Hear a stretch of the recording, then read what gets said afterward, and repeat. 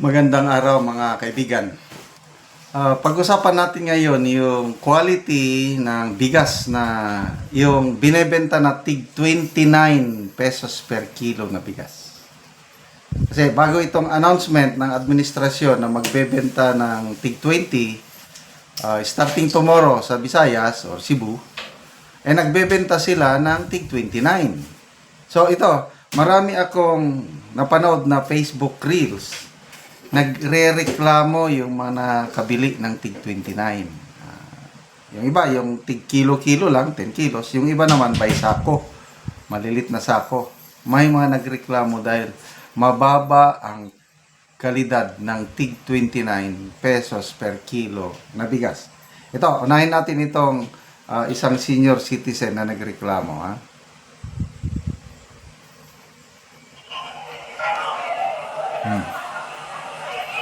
Basta po yung nabili niyong bigas. Ngayon po mabaho. Mabaho. Kain ako ng hayop eh. Mm. Pwede kainin pa namin mahihirap eh. Sa mayayaman pagkain ng hayop ko. Oh, May itim po ba? Maitim namin. Maitim, oh. Kapag inugasan namin ito, durog na. Basta po yung nabili niyong bigas. Ngayon po mabaho. mabaho. Ng hayop eh. Pwede kainin pa namin mahihirap eh. Sa mayayaman pagkain ng hayop ko. May itim po ba? Maitim namin. Amoy pa. Kapag inugasan So, yun. Kaming mahirap, ay pagtiisan namin kainin ito. May nabasa nga akong comments na hinugasan niya 3 to 4 times, mabaho pa rin. Kaya lang sabi niya, wala kaming magawa. Kainin na lang namin kasi hirap na hirap kami sa buhay. So, ayan, magbasa lang ako sa mga few comments dito ito, Abante News Online ang nagbalita nito. Kailang pinost ni Maria Joyce Piala sa Facebook Reel. Comments.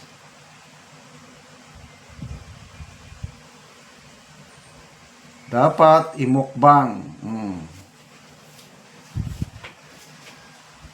So, tama naman pala si Sarah. Okay, another Facebook reel. Ito, mas matindi ito dahil makikita mo yung bukbok gumagalaw. Mabuti na lang at may mga Facebook reel na napapanood natin. Ito, ABS-CBN News ito. Hindi ito fake news dahil mainstream media na nagbalita. Kasi nasa loob ng bigas yung yung mga bukbok. Yung Bukbok. 40 pesos pa yung bigas, mas maganda. Ngayon kasi medyo madilaw. Para hindi masayang, ginagawa ng paraan para tuloy-tuloy ang pagbebenta. Pinipili na lang muna ang bigas na walang masyadong bukbok. May mga bumibili pa din naman dahil di hamak na mas mababa ang presyo nito sa 33 at 35 pesos kada kilo. Isa pa. May mga nagbabalik ng binili nilang bigas sa Kadiwa Stall sa Murphy Market sa Cubao, Quezon City. May mga insekto kasing nakitang nakahalo sa bigas. Meron silang nakitang mga kuto or bukbok na tinatawag nila.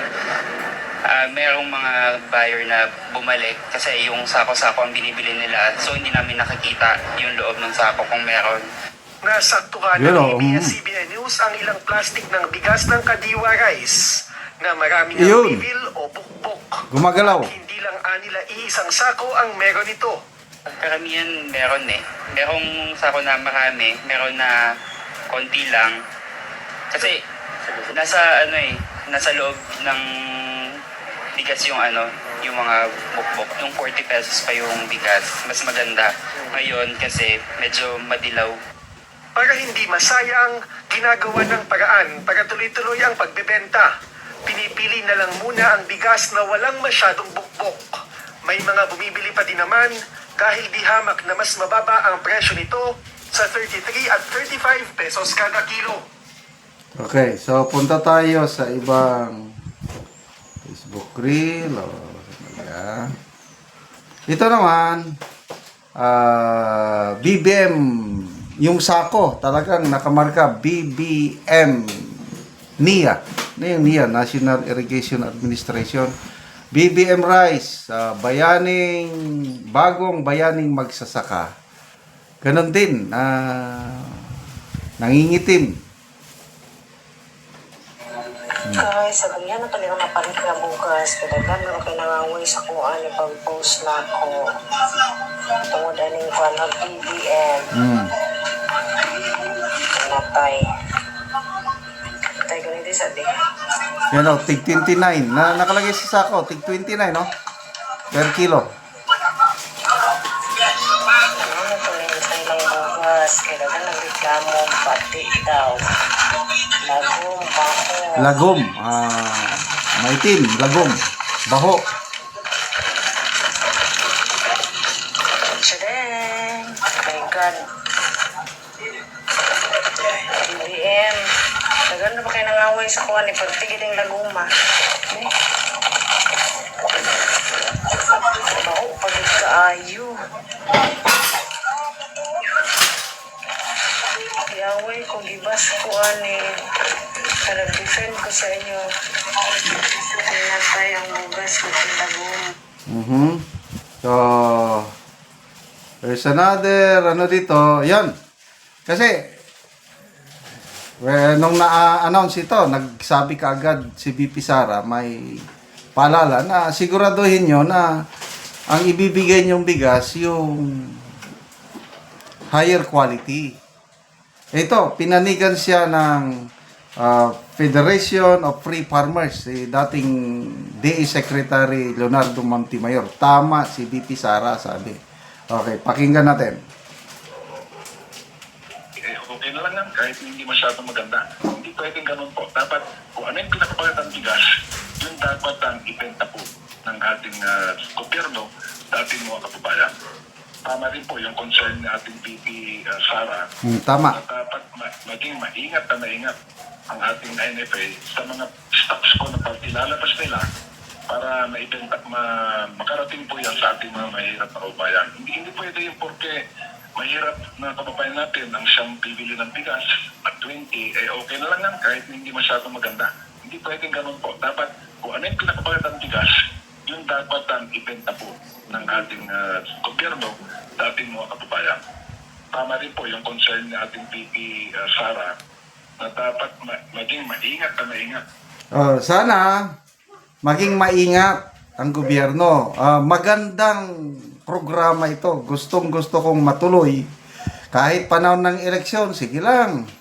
Kasi maraming makikinabang nito yung mga kawawa nating kapatiran sa Visayas na nangangailangan ng murang bigas.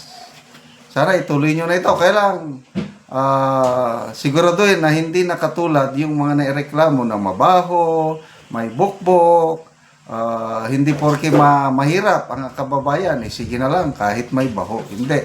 Karapatan din nila kumain ng higher quality price na mura ang presyo. Okay, mga kaibigan, salamat sa inyong pag-subaybay sa ating channel. Nakakatulong kayo ng malaki sa Tribong Talanding ng Bukidnon dahil ang income natin sa channel na ito ay tinutulong natin sa Tribong Talanding. Namimigay tayo ngayon ng mga libreng yero at pako para ma-repair ang sira-sirang bahay ng Tribong Talanding. Panoorin nyo ang video na ito. Ang balay ni nanay ug ni tatay sa among nabangan og yero, so karon ako silang bisitahon. Ayo! Ayo! Ay, maayong udto na, tay. Og karon mo na ni ang nahatag ni tatay ug ni nanay nga yero. So nataod na gid nila, so maayo na ang ilang atop. Nanay, tatay, unsa ninyong maistorya bahin sa gihatag sa inyo nga yero lansang og Plinsen. Karon maayo na inyong atop. Nagpasalamat mi kay na hinabangan migsin ug lansang apil na ang nagbidyo ug sa Ginoo. Daghang kayong salamat. Hinaut nga, mapadayon ang hinabang. Aron wala tayo problema. Daghan ang nanginahanglan pa sa hinabang sa Ginoo. Sabay, nandiyan ka rin, hinabang. Dagan pa ang nanginahanglan nay. Pagka-uhang kilon. Oo. Og karon nay, og tay nga nailisan na inyong atop, di ba maayo na ba? Wala na ulan, wala na tulo. So maayo na gyud. So salamat kayo tay nay. Salamat kayo. God bless.